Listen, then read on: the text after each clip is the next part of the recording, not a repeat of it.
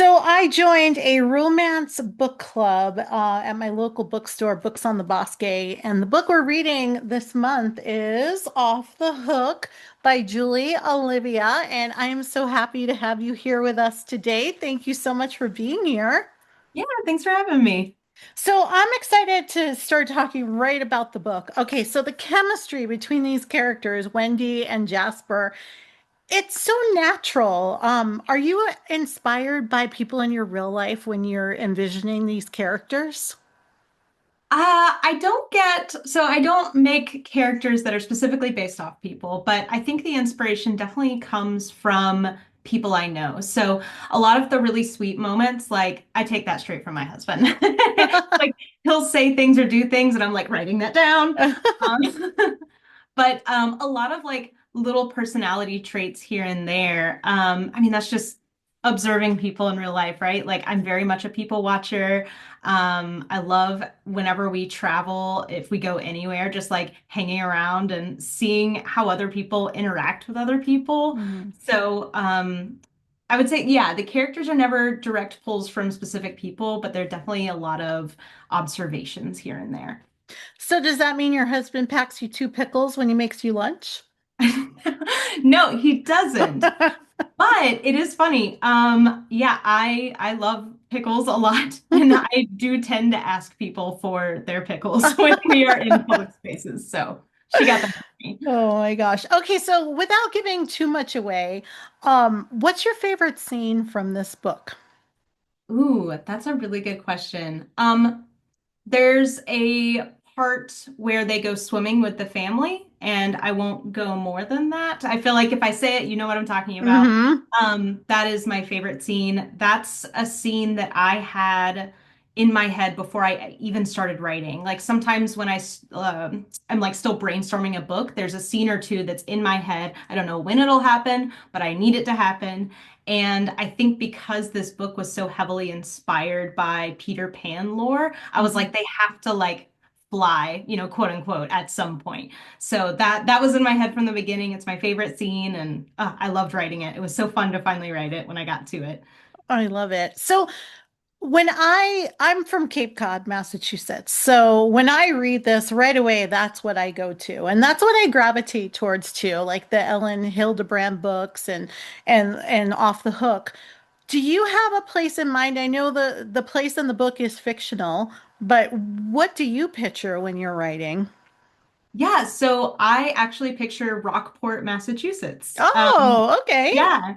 So I was born and raised in the South. I still live here, but I knew I wanted like a northeastern kind of New England town. So I started doing a lot of research when I was writing of like, okay, this is the criteria I have in my head. I know I want like a smaller population count, and I just kept Googling and looking and being like, that's not it, that's not it. And I saw pictures of Rockport and was like, that's exactly what I pictured. So, yeah, I did like a lot of research, like watching YouTube videos and things like that of people who had been. And then my husband and we couldn't figure out what we wanted to do for like vacation that year. And he's like, let's just go to Rockport. And I was like, what? Oh my So gosh.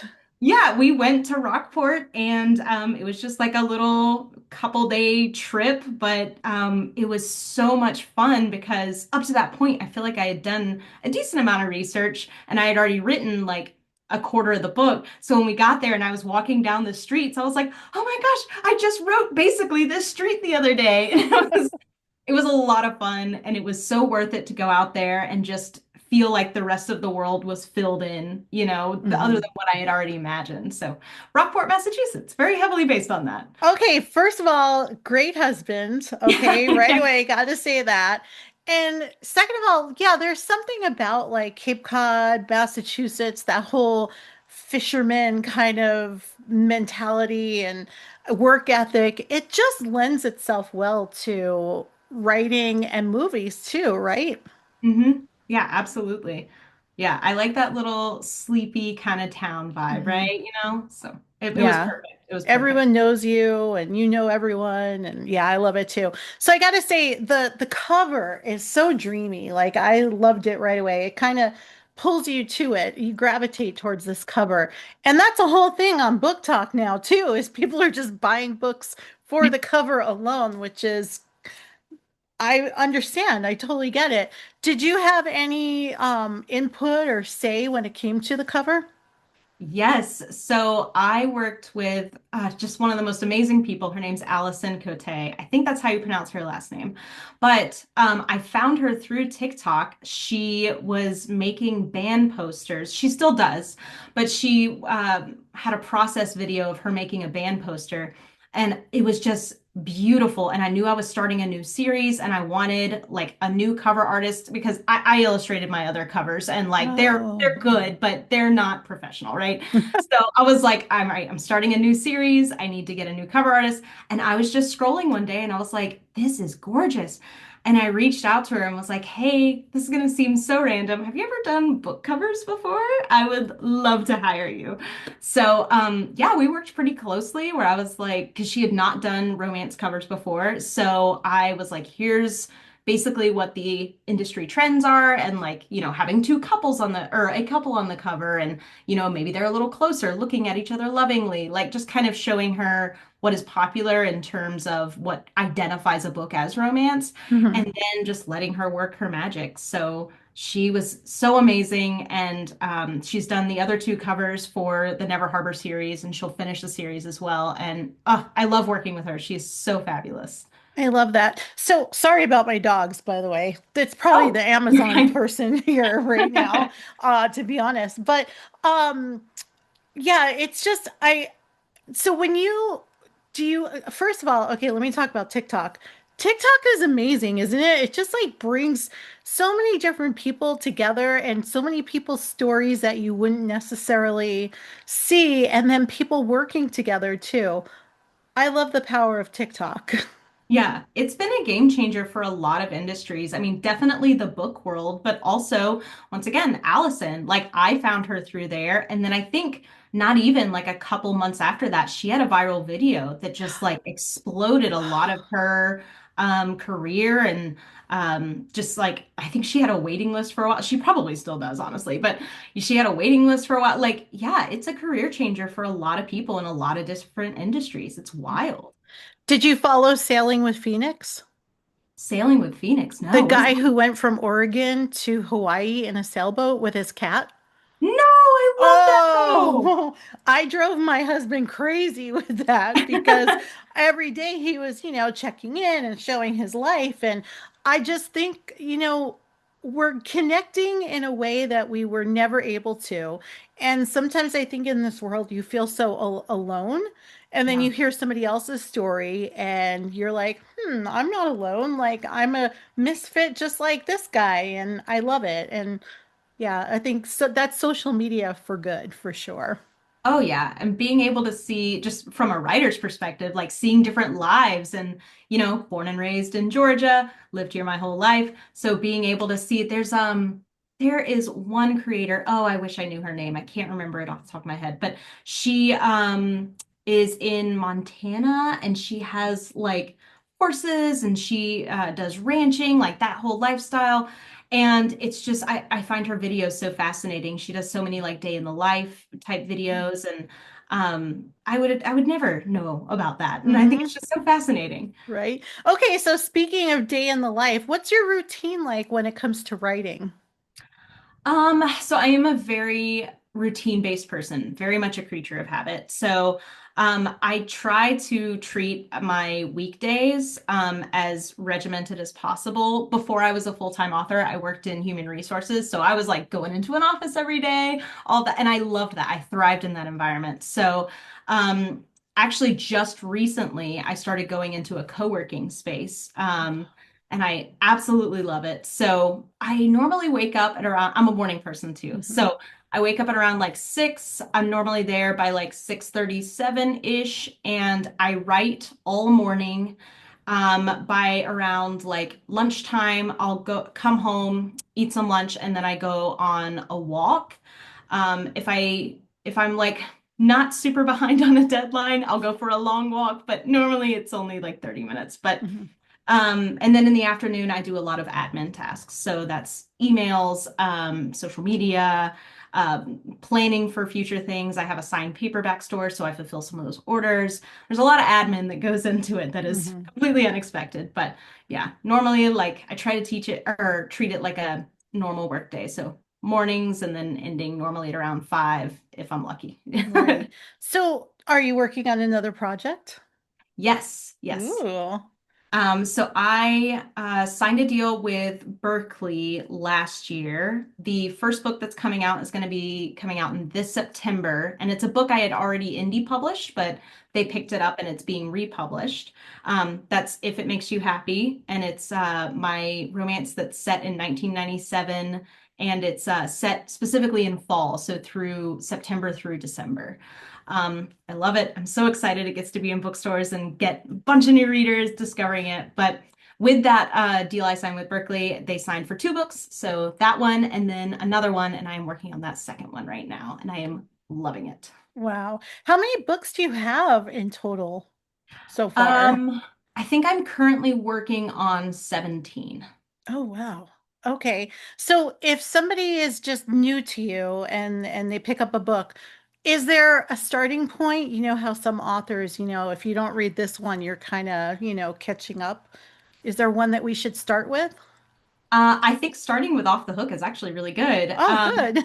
Yeah, no, you started in a perfect spot. Okay. Yeah, I mean, as long as someone is starting at the beginning of a series, because most of my books are divided into different series, Hmm. as long as you're starting with the beginning of a series, I think you're good to go. I always recommend maybe the more recent series. So I'm currently working on Never Harbor. So Off the Hook would be perfect. Mostly just because, I always feel like I'm getting better. So of course I Hmm. want you to read my more recent stuff where I feel like I am as good as I am up to this point, right? Yeah, right. But yeah, Off the Hook is a perfect place to start. So when you're writing a series, do you start off knowing that it's going to be like, say, 3 books, or do you just love the characters so much you want more? So I plan from the beginning. Okay. I used to not. I used to take that approach where I was like, okay, I'm just going to write this book. And then I was like, ooh, I really like this side character. We're writing their book too. But the last couple series I've done, including Never Harbor, I have planned from the very beginning how many books there's going to be, what the couples are going to be, how they get together. And so that way, from book one, I can drop fun little hints. You see them in the background, you're like, oh, I wonder if they're going to get Hmm. together. And it's like, oh, they might. So, yeah, I normally plan it from the beginning. So, okay, if I don't know, I'm just going to say Hallmark because that's always in my head. If Hallmark calls tomorrow and says, "Hey, Julie, we want to turn this into a movie," who do you picture? Do you see faces when you're developing these characters, or actresses or actors for that matter? I do. So normally what I do before I even start writing, as I'm still brainstorming the books, I go on Pinterest and I have a whole Pinterest board dedicated to each book. And I'm a very visual person, so I find throughout Pinterest who matches exactly what I have in my head. Sometimes that's a well-known actor, sometimes it's a random model that pops up on Pinterest, but I always have someone in my head that I'm like, that's who that person is. If you were to ask me about Off the Hook, I can tell you who they are. Oh, Like, who? well, no, I mean like I Oh, can show you like on Pinterest, but they're oh, like models that I don't know their name. They're not uh-huh. well-known actors, but I know them. I just I don't know their names right off the top of my head. So, would you like one of your books to become a movie? Would that be something that you would want in the future? Who wouldn't? I know, right? I I mean, who know. wouldn't? Hallmark, hello. Yeah. No, I would love that. I think that would be so much fun. That would be so surreal. Like I don't even know what I would do if somebody said they wanted to do that. I would just be like, oh, okay. Have fun with that. I don't know. Yeah. It's funny. So, Lisa Hepner, she just did a Hallmark movie. She's a screenwriter. Mhm. And it was interesting. I just interviewed her and it was interesting to hear her like it didn't sound like she had or was I would picture you'd be there every day like watching the process and making sure your vision is coming to life, but it didn't seem like when I was talking to her that's really how it worked, which kind of surprised me. I Yeah. think that's like the dream is to buy is to write a Hallmark movie, and you know I think I'd want to know like every day what's going on. Like, is Lacey Chavasi doing this right, or do I need to get somebody else? Yeah. Well, I don't know. I feel like and I do not know a lot about that industry whatsoever, but I feel like sometimes you'll see authors that are heavily involved. I know John Green, when he has his stuff adapted, like he seems like he's pretty heavily involved, or maybe that's Mhm. just perception, who knows? But it seems like some authors are more involved than other ones. But yeah, I'd want to know. I'm so nosy. I want to know what's I know, going I know, I on. know. I want to talk to her more. I only talked to her quick, like right before the movie aired, because Mhm. it's about Balloon Fiesta, which is here in Albuquerque. So, Oh yeah. but yeah, I want to get like more in depth on it. So the relationship with Jasper and Wendy, why do you think it's so relatable to the readers? What do you think it is about that? Oh, that's a good question. I feel like with Wendy, a lot of that is just wanting to be seen and fit in, right? Mhm. And that idea of I've been around this family for so long and they feel like they are my family, but why aren't they? Like Yeah. it feels almost unfair. So I think a lot of the appeal in terms of, her becoming part of the Davies family is that sense of acceptance and, hey, this is my family. Now they really are my family.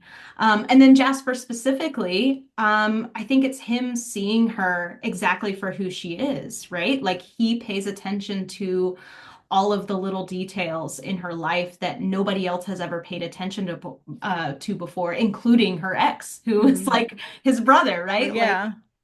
he's has been around only a fraction of the time, and he's already noticing all of these things.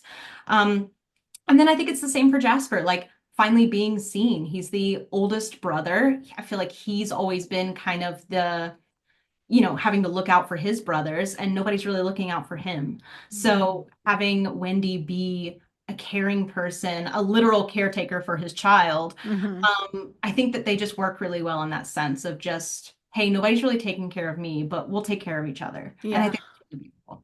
That's so funny. I just had that conversation with my husband Oh because yeah. that's how I feel like about our relationship. Like we're kind of I love the word misfit. I know a lot of people are like, "Oh, don't say that." But I feel like I love that word. Mhm. And I feel like that's what we do for each other. Like, you know, he's a little different, I'm a little different, but it works. And sometimes you just need that. I tried to put myself in her shoes, like when you were describing how she's at her apartment and all of a sudden like one brother comes through the window and the other brother she reads. It was almost you almost feel like if only she could put like all those little elements into one, like she'd Yeah. have like the perfect man. Yeah.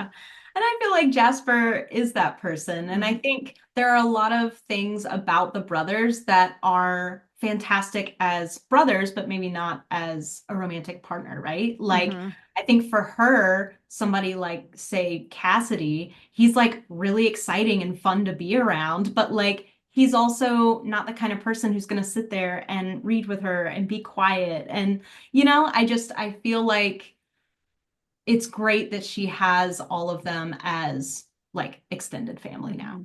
Yeah, yeah.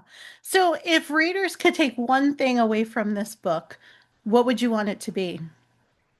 Ooh. Oh, that's so good. I don't Oh. um I don't know. I feel like with romance books, especially like when I write them, I always want people to have this feeling of like you can be loved for who you are. Mhm. Like you don't have to change for anybody. I feel like Jasper's ex really wanted him to change and just kind of break out of the grief he was going through. And I feel like Wendy was there to be like, no, you process this the way you need to process it, and I will be here. And I And then same with Wendy, like, I mean, she really wanted to write a book, but she wasn't super interested in publishing. She just wanted to write for the sake of writing. And he was okay with that. And he, not only that, but he heavily supported it. Hmm. And I just feel like maybe, with this book, but also with romance in general and writing it, I just want people to be like, it's okay being you, and somebody is out there who will love you for exactly who you are. Yeah. Yeah, it's true. You just have to find your person. Yeah. Yeah. Yeah, I love that. So, okay, you already said you're an early bird. I like that. I love early birds. What's your go-to fuel? Are you like, I need my tea? Do I need my coffee? What's your thing that gets you going in the morning? I am a coffee person. Oh, good. Yeah, I gotta have my coffee first thing in the morning. I'm trying to cut back. I was on 3 cups a day. I was like having one right when I woke up, one mid-morning, and then one like after lunch. I've got it down to 2 a day. So Oh, I know, I'm really proud of myself. But yeah, I am a coffee person through and through. I love you. I want to talk to you again. All Oh, right. let's do it. All right, good, good. I just love it. I love how, okay, wait, let me ask you this. How do you Yeah. feel about AI? Like, are you using it at all? Or I know some Yeah. authors are like, well, I use it for like history reasons, but Yeah, I don't use it. It's such a weird thing, right? Like it's one of those things where we've let the genie out of the bottle. mm, It's not going away, but I personally I feel like it stifles my creativity just because I like discovering things on my own, right? Like mhm.